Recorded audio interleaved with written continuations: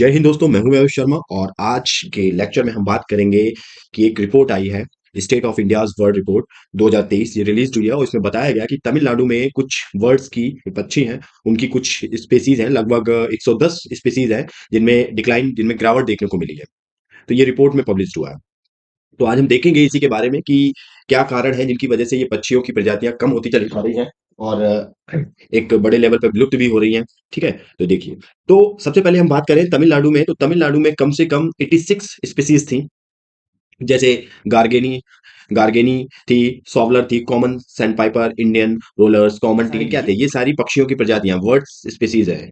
अब ये सारी वर्ड्स स्पीसीज क्या है, इनमें गिरावट देखने को मिली है और इसका कारण क्या है, अर्बनाइजेशन होना या जो क्लाइमेट चेंज में देखने को मिल रहा है। तो ये सारी चीजें क्या है, इन स्पीसीज में, जो वर्ड्स की स्पीसीज है, इनमें गिरावट का सबसे बड़ा डिक्लाइनिंग का कारण बनती है। ठीक है, तो अर्बनाइजेशन करोगे तो आप बिल्डिंग्स बनाओगे, पेड़ काटोगे तो उनका नेचुरल जो हैबिटेट है, घोंसला वोसला रखती है अपना, पेड़ों पे रहते हैं, तो वो क्या है, उनका हैबिटेट उजाड़ रहे हो। ऐसे क्लाइमेट चेंज हो रहा है, तो क्लाइमेट चेंज से भी क्या होता है, अब क्लाइमेट चेंज होगा तो यहाँ पे पैटर्न चेंज होगा बारिश का, या इन सब सारी चीजें पैटर्न चेंज होता है, वेदर का पैटर्न चेंज, ये क्या है, तो इनके इम्पैक्ट, इनके हैबिटेट, इनके जो रहन सहन है, इन सब चीजों पे, इनकी जीवन शैली है, उस पे क्या पड़ता है, इनके लाइफ स्टाइल पे इम्पैक्ट पड़ता है। ठीक है, तो यहाँ पे जो एक इंडियन रोलर है, ये एक प्रजाति है, एक स्पीसीज है वर्ड की, जो तमिलनाडु में पाई जाती है और भी जगह पाई जाती है इंडियन सब कॉन्टिनेंट के अलावा। ये आपको साउथ एशिया में हर जगह देखने को मिलेगी। तो ये पहले आपको हर जगह मिल जाती थी, अब क्या है, ये देखने को ही नहीं मिलती है, बहुत कम रेयर केस में देखने को मिलती है। तो ये रिपोर्ट बता रही है ऐसा। ठीक है, तो चलिए अब हम एक क्वेश्चन कर लेते हैं। तो ये हमारा रहा करेंट बेसिक क्वेश्चन कि हाल ही में किस महिला को ग्लोबल इंडियन अवार्ड से नवाजा गया है। तो ग्लोबल इंडियन अवार्ड 2023 दिया गया है, ये हर साल एनुअली दिया जाता है, हर साल दिया जाता है। तो इस साल किसको मिला 2023 का, चंदा कोचर, सुधा मूर्ति, इंदिरा नुई, अरुंधति भट्टाचार्य। चलिए कमेंट बॉक्स में तब तक बताइए, आखिर में हम इसका आंसर देखेंगे क्या है आंसर इसका, तब तक कमेंट बॉक्स में सोच के बताइए क्या आंसर हो सकता है, अगर पढ़ा होगा। ठीक है, तो चलिए अब हम बात कर लेते हैं यहाँ पे भारतीय रोलर की। जो इंडियन रोलर है, इंडियन रोलर का जो साइंटिफिक नेम है, ये बहुत इंपॉर्टेंट है, इसको देख लो एग्जाम पर्सपेक्टिव से। कोरा कोरासियास बेंगालेंसिस। कोरासियास बेंगालेसिस एक कलरफुल पक्षी है, ये जो दिख रहा है आपको एक कलरफुल पक्षी है। और ये इसका रिप्रोडक्शन के टाइम पे ये क्या करता है, इसमें एरोबेटिक प्रदर्शन करने की क्षमता है।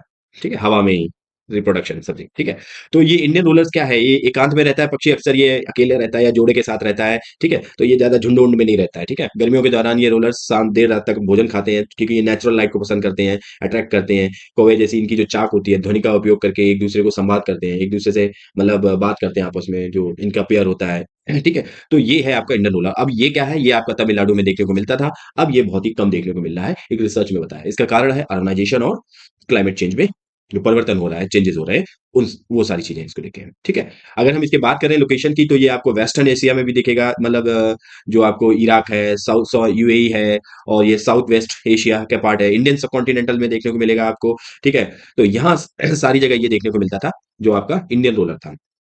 वहीं एक और है, रूफस ट्रिपाई। रूफस ट्रिपाई ये भी एक बर्ड है, ये देखो रूफस ट्रिपाई है। तो ये पहले चेन्नई में दिखती थी, अब ये दिखाई नहीं देती, विलुप्त हो गई एक टाइप से। रूफस ट्रिपाई का जो ट्रिपाई है, इसका साइंटिफिक नेम है डेंड्रोसिटा वागाबुंडा। इसका ये साइंटिफिक नेम है, और ये इंडियन सब कॉन्टिनेंट, साउथ ईस्ट एशिया, जैसे आपका थाईलैंड हो गया, म्यांमार हो गया, नीचे सिंगापुर, कंबोडिया, यहाँ पर देखने को मिलती थी। और ये एक क्रो की कौवे के परिवार का था, और जिसे कोरविडे का मेंबर माना जाता था।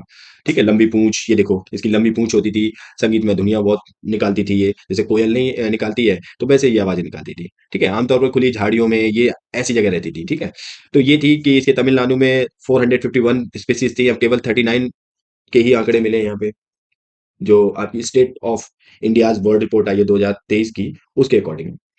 तो पक्षियों की गिरावट के कारण की बात करें, तो कारण यहाँ पे क्या थे, कारण की बात की जाए तो कारण हमने बात की अर्बनाइजेशन था कारण, क्लाइमेट चेंज इसका कारण था। अर्बनाइजेशन क्या, हम बात कर चुके हैं इसके बारे में अभी, कि अर्बनाइजेशन जब आप घर बनाओगे तो क्या करेंगे, आप पेड़ पौधे काटोगे, तो उनका जो नेचुरल हैबिटेट आप उसको उजाड़ देते हो। अब जब नेचुरल हैबिटेट उजाड़ दोगे तो क्या होगा, सर्वाइव नहीं कर पाएंगे वो जल्दी। ठीक है, अब हम जो घर बनाते हैं, वहां पे भी हम उनके लिए पानी की सुविधाएं नहीं रखते हैं, बहुत सारे घरों में नहीं रखी जाती हैं छत पे। तो बहुत सारी चीजें हैं जो इनके हैबिटेट, इनके विलुप्ति का कारण बनती हैं। ठीक है, वहीं हम क्लाइमेट चेंज की बात करें, तो क्लाइमेट चेंज बहुत ही बड़ी समस्या है, और भी स्पीसीज के लिए, बर्ड्स के लिए नहीं है। आपको एनिमल्स में भी दिख जाएगा, क्लाइमेट चेंज का बहुत बड़ा इम्पैक्ट पड़ रहा है उनपे। अब पैटर्न, रैन का पैटर्न चेंज हो रहा है, तो इनके हैबिटेट पे हर तरीके से कहीं ना कहीं इम्पैक्ट देखने को मिल रहा है, जिससे ये विलुप्त हो रहे हैं। ठीक है, तो चलिए उम्मीद करता हूँ समझ गए होंगे। तो ये था हमारा जो क्वेश्चन था कि ग्लोबल इंडिया अवार्ड 2023 का किसको दिया गया, ये सुधा मूर्ति जी को दिया गया। सुधा मूर्ति जी, जो कि नारायण मूर्ति जी की इन्फोसिस के जो फाउंडर हैं, उनकी वाइफ है, ये को फाउंडर हैं। ठीक है, तो 2014 में इनके हस्बैंड को भी दिया गया था, नारायण मूर्ति, नारायण नारायण मूर्ति जी को भी दिया गया था 2014 में। तो ये जो ग्लोबल इंडिया अवार्ड है, ये अवार्ड पाने वाले ये पूरे वर्ल्ड में इकलौते कपल हैं, नारायण मूर्ति और सुधा मूर्ति जी, इन दोनों को ये ग्लोबल इंडिया अवार्ड दिया गया है।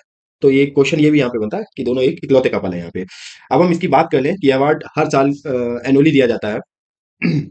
हर साल दिया जाता है ये, एनुअल बेस पे दिया जाता है। और ये किस बेसिस पे दिया जाता है, तो यहाँ पे जो सिद्ध करता है जो कुछ प्रमाण देके सिद्ध करता है, जैसे यहाँ पे सिद्ध करता है ग्लोबल लीडरशिप को सिद्ध करता है, विजन देता है या पर्सनल एक्सीलेंस देता है, तो इन सब आधारों पे ये अवार्ड दिया जाता है। चलिए, उम्मीद करता हूँ चीज समझ में आई होंगी आपको। फिजिकल ज्योग्राफी है, उसका लेक्चर चल रहा है, तो आपको नीचे डिस्क्रिप्शन बॉक्स में लिंक मिल जाएगी। और हमारे चैनल को लाइक, सब्सक्राइब और शेयर कीजिए, जिससे हम भी मोटिवेट होते रहे आपके लिए वीडियो बनाते रहे। चलिए, मिलते हैं नेक्स्ट लेक्चर में। जय हिंद।